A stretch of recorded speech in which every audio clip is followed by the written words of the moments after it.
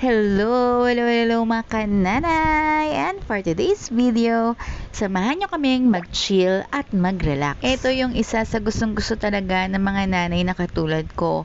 Magpamasahe, mag-relax, mag-sauna, at syempre kumain. At dahil nga birthday na rin ng aking hipag na si Ate Perry, so napagdesisyonan namin na mag-bonding dito sa isang spa dito sa May Timog. At dahil nga wala na kami masyadong maraming oras, dito na lang kami sa malapit. Taon na nga rin na nakalipas bago ulit ako nakapagpamasahe at naka-experience ng sauna at sobrang nakaka-refresh talaga to sa pakiramdam. At ayun na nga, after 5 years naranasan ko na naman mag-sauna, mag-steam at mag-hot jacuzzi.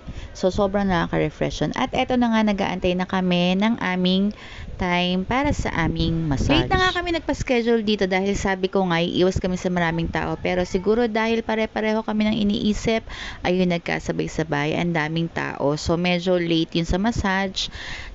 Sinabi ko na lang na kumain na muna kami habang nag-aantay. So eto na nga, dahil late na, so limited na lang yung mga food na nandyan, so yung iba wala na. At hindi ko nire-recommend na magpunta kayo ng late dahil wala na nga food na madadatnan. So kung hindi pa kami kumain nito, malamang hindi kami makakain. At dahil nga medyo late na nga ito, hindi pa kami nagdi-dinner, so talagang gutom na kami dito. So kung ano na lang yun nandoon na available, yun na lang talaga yung kinain namin. At meron din namang masarap na nakain kami dun sa buffet na yun. Isa din sa nagustuhan ko rito ay etong hot pot nila. Less nga lang yung chicken. So, ayan, masarap naman lalo na pagka ikaw yung nagtimpla.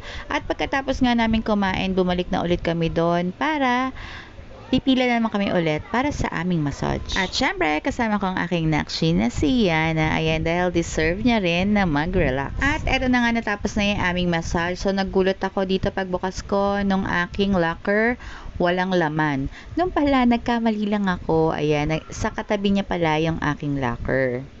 So, pag open ko nga, andon yung aking mga gamit. Kinabahan lang ako ng medyo slight dyan sa pangyayari na yan. At kami na nga lang ang naiwang customer dito sa spa na to, kaya medyo nagmamadali na kami. At etong si Yana naman ay nagkukwento tungkol sa kanyang first experience doon at may papapirmahan sa kanya, hindi niya raw alam ang ilalagay niya.